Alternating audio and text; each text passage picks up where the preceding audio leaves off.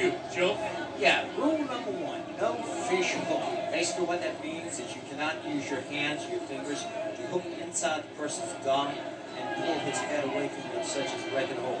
No eye gouging, no biting. That's sort of self-explanatory. And of course we have a 2-minute ground rule.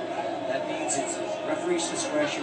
Both fighters on the ground, we do not let them remain on the ground as long as they're not doing anything for a period more than 2 minutes. All right, a fight can end in only 3 ways. By submission, by knockout, or by the corner, referee, or doctor being able to stop the fight. Also, Joe Louis, these fighters are coming in with some gloves. Why don't you describe those? Looks more like a knuckle shield, more so than what I would call a glove. A glove, the concept glove means you're covering the whole hand. These weigh approximately 5 to 5.5 ounces. Basically what they're doing is protecting the fighter who's being hit primarily in the soft facial tissues of his head from being cut by the knuckles. It's actually a good weapon. It's a good tool also because the fingers are free from which they can easily exercise their grappling movements. Here we go as our next fighters get ready to enter the ring.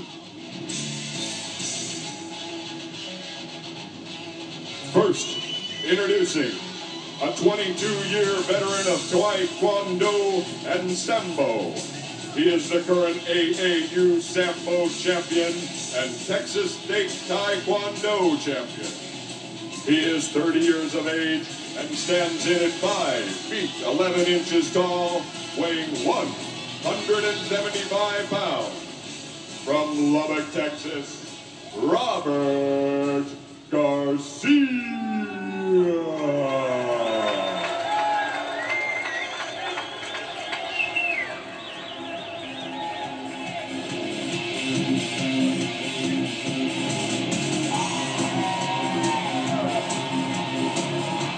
Our other fighter, a 20-year veteran of boxing. He is known for his brawling style and lightning quick hands. He is 32 years of age and stands in at 5 feet 11 inches tall, weighing 182 pounds.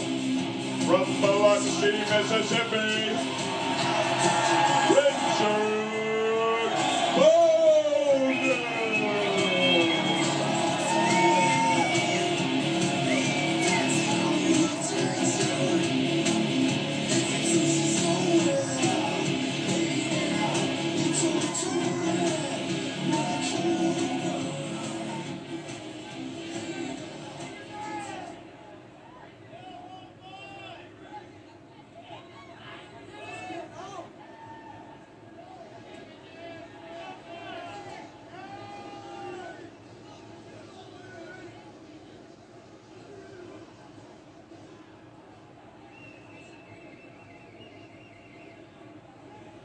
It's Robert Garcia out of Lubbock, Texas. He's 5'11", 170 pounds, 30 years of age, Taekwondo and Sambo are his discipline.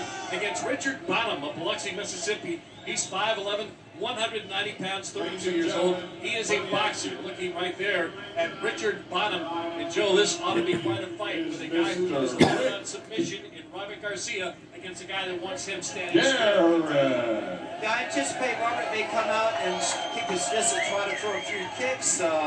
Stay out of the hand range of the boxer. I don't know if this boxer is going to come out boxing or if he may come out grappling. I like the excitement of not knowing who's going to do what. I don't really go by their credentials. You know, when you're out here in this reality, anything goes. Just so you know, in the IFC, a fight can end by submission, by knockout, or by the corner. The referee or doctor can't stop the fight. John Dixon also alongside. John, why don't you size up perhaps what you see expected in this fight? Well, I think Robert Garcia, being a Taekwondo guy, he may come out stand-up fight first and then plan to shoot. We know the boxer here, Richard Bonin, is going to come out and try to land that big punch. We'll see what Robert Garcia does. All right, Rick Aaron, the referee in the ring, gets the fighters underway. Some nice kicks. Looks like both of these guys are going to be almost like brawlers in the very beginning, Joe. Looks that way. Richard looks a little tight, Obviously, he's the stronger of the two. He's got a good mount position here.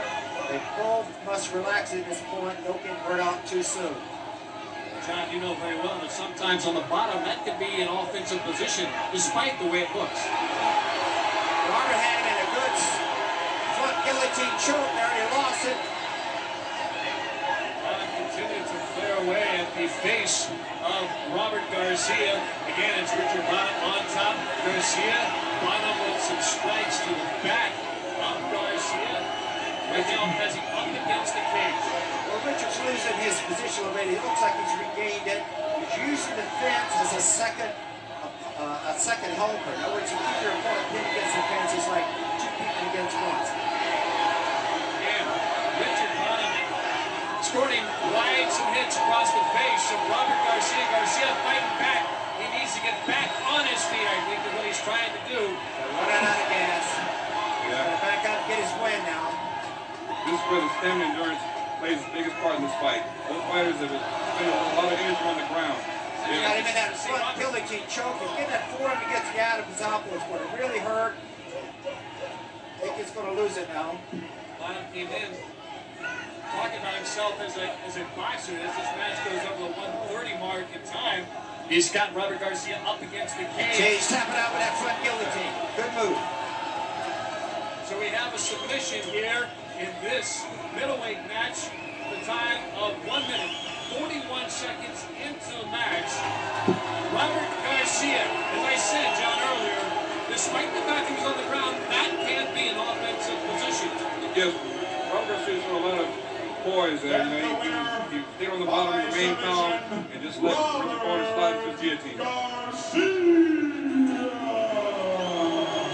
Let's take a look at the replay and how he gets that front guillotine, John. Yes, Robert Garcia just, like I said, he waited him out and slid into it. Being a boxer, Richard Bonin was experienced on the ground. He did well, but Robert Garcia just waited him out and slid into the guillotine. Explain the guillotine a little bit and what it's expected to do. The guillotine is where you get the front choke and you completely cut the wind off. The guy slides in and they're breathing hard and you cut the wind. All right.